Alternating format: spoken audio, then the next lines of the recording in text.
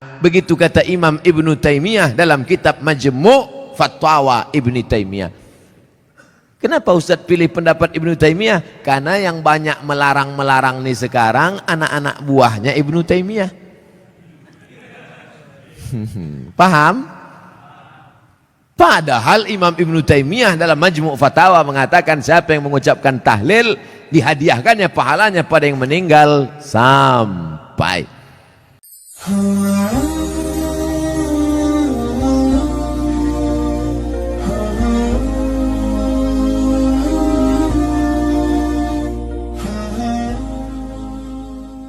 Adakah dalil yang menjelaskan tentang tahlilan? La ilaha illallah, la ilaha illallah, la ilaha illallah. Itu artinya tahlil. Tasbih, subhanallah. Tahmid, alhamdulillah. Takbir, Allahu akbar. Tahlil, la ilaha illallah. Man halala, siapa yang mengucapkan tahlil, summa ahda thawabahu ilal mayyit, kemudian tahlil itu dihadiahkannya kepada si mayit, orang mati, yantafi'u bihi, pahalanya sampai dan orang mati itu dapat manfaat. Begitu kata Imam Ibnu Taimiyah dalam kitab Majmu' Fatwa Ibnu Taimiyah. Kenapa Ustaz pilih pendapat Ibnu Taimiyah? Karena yang banyak melarang-melarang nih sekarang anak-anak buahnya Ibnu Taimiyah. Paham? Padahal Imam Ibnu Taimiyah dalam Majmu' Fatawa mengatakan siapa yang mengucapkan tahlil dihadiahkannya pahalanya pada yang meninggal sampai. Kalau dimasakkannya bubur kacang hijau, kenapa Ustaz tiba-tiba ingat bubur kacang hijau? Oke, bubur jagung kalau gitu. Lalu kemudian dihadiahkannya pahalanya untuk almarhum. Sampai apa tak sampai? Sampai. Mana dalilnya? Mana?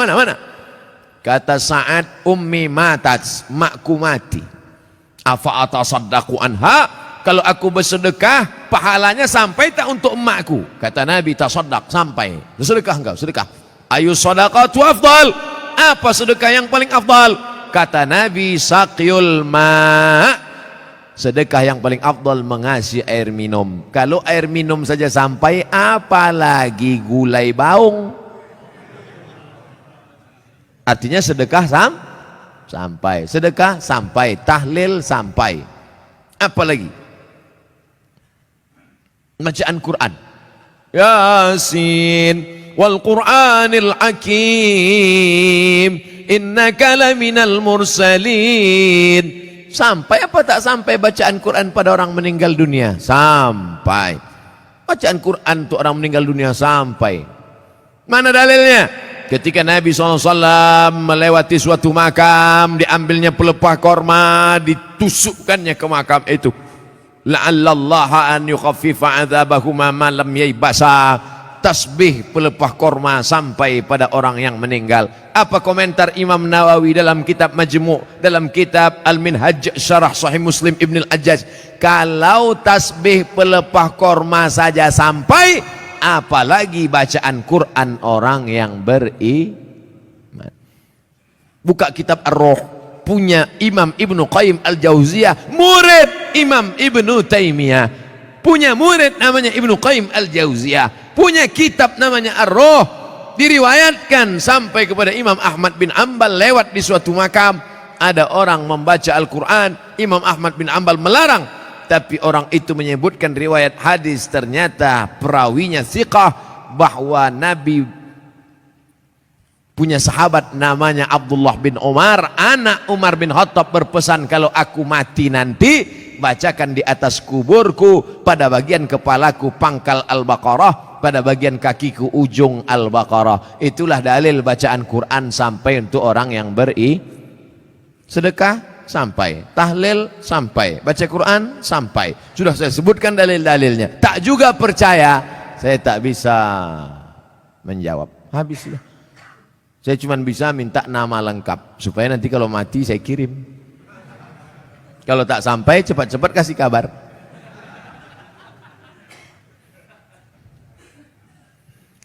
Mengazankan anak baru lahir itu apa dalilnya Pak Ustadz? Nabi mengazankan ke telinga Sayyidina Al-Hasan, anak Fatimah radhiyallahu anha, adzana shalah, bunyinya seperti azan waktu azan solat. Hadisnya disebutkan dalam kitab Sunan At-Tirmidzi. Nama kitab Sunan Tirmidzi, nama lainnya Jami' At-Tirmidzi. Status hadisnya hadisun hasan, hadis paling tinggi sahih, di bawah sahih hasan, tentang mengazankan bayi. Anak saya mengazankan. Allahu Akbar, Allahu Akbar. Tapi tidak kuat macam itu. Terkejutlah dia. Nah, makanya bapak ibu yang hamil sekarang istrinya, nanti bapak azankan. Tapi yang anak sudah lahir tak usah azankan lagi. Ini anak udah semester 2. Balik dari sini sebentar. Allahu Akbar. Apanya ayah ini gitu.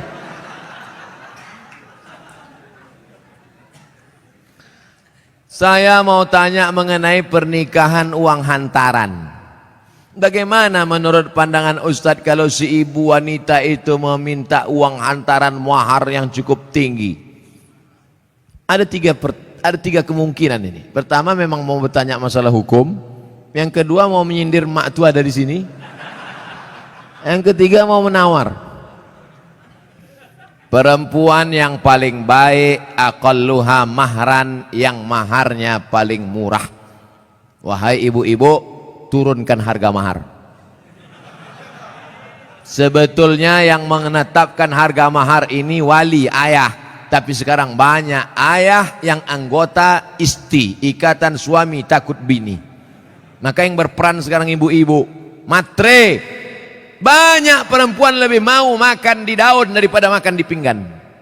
Oleh sebab itu, turunkan standar ini sedikit. Jangan nanti setelah dia hamil barulah na'udzubillah, datang dia baik-baik.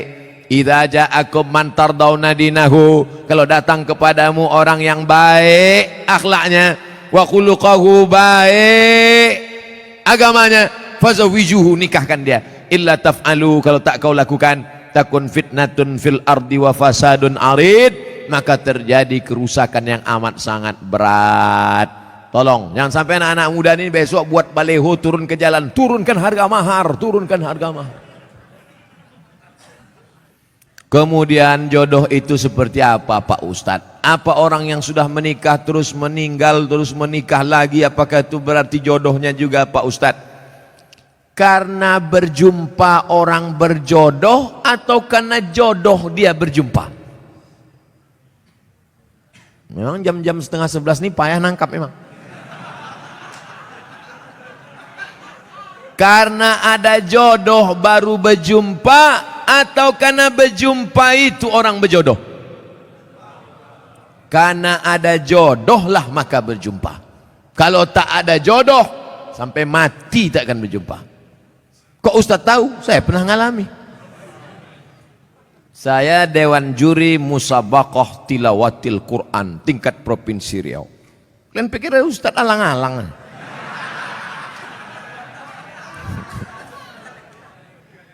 Waktu itu belum nikah, kata kawan saya, Mat, ku carikan kau perempuan qori'ah hafizoh. Kami Dewan Juri waktu itu. Iyalah, kami pun seminggu kami cari, tak jumpa-jumpa.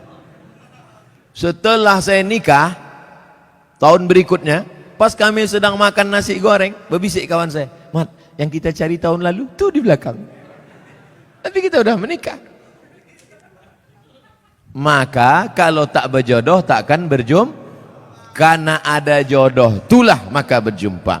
Oleh sebab itu jangan nanti yang laki-laki ini banyak salah jawab ini. Papa kok bisa nikah sama mama? Entah salah sambung. Jawabannya mesti kau katakan, aku tak pernah mencari makmu, makmu tak pernah mencari aku, Allah mempertemukan. Ibu itu pun dari dapur, so sweet kata dia. Karena jodoh lah kalian jumpa. Mengapa Tuan Syekh Abdul Rahman digelar dengan Syekh Silau Laut?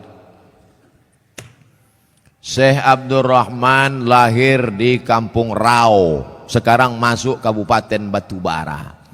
Lalu kemudian dia merantaulah ke Kedah, karena orang Batubara dulu biasa naik perahu tongkang kapal laut ke Kedah, bolak-balik karena orang tu dekat Kedah. Sampai di Kedah belajarlah dia 7 tahun dan ikut lomba silat, menang, bekerja di kerajaan Kedah.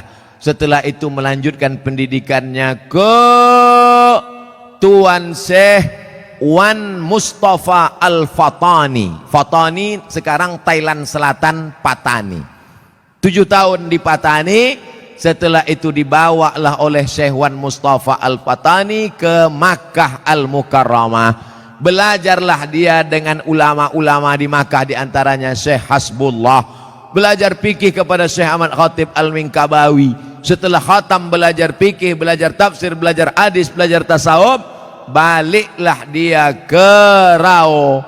Lalu kemudian datanglah kerabat Kesultanan Asahan namanya Tengku Adil. Tengku Adil pun mengasih tanah. Wahai Tuan Syekh Abdurrahman, ini ada tanah.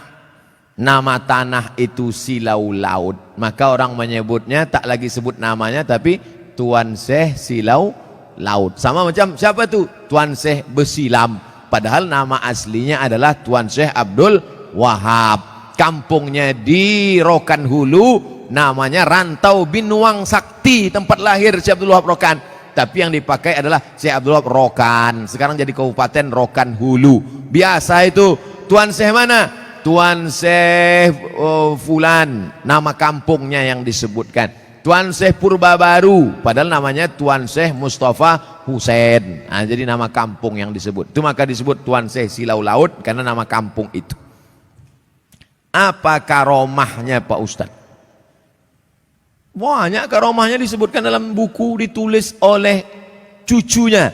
Namanya Tuan Syekh Doktorandus Haji Mansur bin Haji Syekh Muhammad Ali bin Syekh Abdurrahman, cucunya menulis buku. Ditulis pada masa Gubernur Raja Inal Siregar, waktu haul dibagikan buku-buku itu. Banyak karomah disebut situ. Apa motivasi orang memasuki tarekat Sattariyah Pak Ustaz? Tarekat itu sampan. Ada sampannya namanya Sattariyah, namanya nakhodanya Abdullah Sattari. Ada nama sampannya Saziliyah, nama nakhodanya Abul Hasan As-Sazili. Ada nama sampannya Naqsabandiyah, nama nakhodanya Bahauddin Naqsabandi. Ada nama sampannya Ahmadiyah, tapi bukan yang aliran Ahmadiyah yang sesat.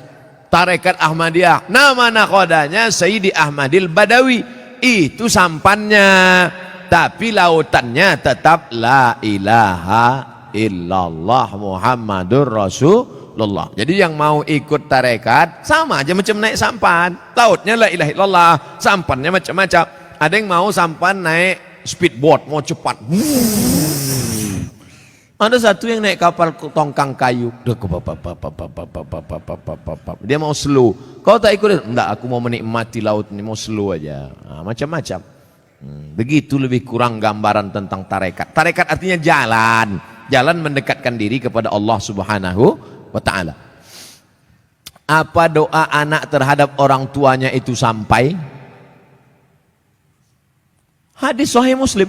Idza matal insan, kalau orang mati, inqata'a, putus amalnya, illa min salasin, kecuali 3. Shadaqatin jariyah, amal sedekah, ilmin yuntafa'u bi, ilmu yang bermanfaat.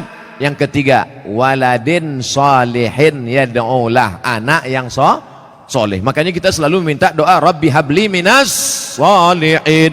Saya ingin sekali mendoakan orang tua saya supaya terbuka pintu hidayahnya, karena kami sangat menyayanginya. Doakan orang tuamu di sujud terakhir saat sholat, sunat, tahajud, witir, duha. Tapi jangan pakai bahasa Indonesia, nanti sholatnya batal. Dalam hati saja, ya Allah, ayahku ini berhentilah pakai sabu-sabu. Kenapa ketawa? Di masjid kami setiap malam Jumat ada pengajian. Kenapa cuma tiap malam Jumat? Tiap malam lah. Malam Senin fikih, malam Selasa hadis, malam Rabu akidah, malam Kamis tasawuf, baca Ihya Ulumuddin, malam Jumat stop wirid Yasin, malam Sabtu pengajian akhlak. Malam Ahad tablik akbar. Masjid mesti penuh tiap malam. Karena kalau tidak, kosong masjid. Akan tetapi waktunya dimulai ketika azan solat isya hendak berkumandang, sehingga jamaah solat isya pergi ke masjid lain. Apakah sikap Ustadz itu benar membuka pengajian ketika azan isya berkumandang? Habis solat isya dulu, habis solat isya baru buka pengajian. Kenapa mesti pas azan isya itu? Solat isya dulu, habis solat isya baru buka pengajian. Saya selalu membuka pengajian maghrib. Kalau pengajian di Pekanbaru maghrib. Supaya apa? Supaya orang solatnya dua, maghrib berjamaah, isya berjamaah. Karena kalau dibuat isya, banyak jamaah datang lambat. Bahkan diumumkan, jamaah Ustadz udah terduduk setengah jam. Buat pengajian maghrib ke isya. Di Malaysia kami gitu, maghrib, isya, pengajian. Habis isya, tanya jawab. Efektif. Doa berhajat, dia berhajat naik haji dengan menjual tanah. Namun anak-anaknya melarang, malah minta bagian tanah dibagi sebagai warisan jika orang tua meninggal, sehingga orang tua tak jadi mendaftar haji.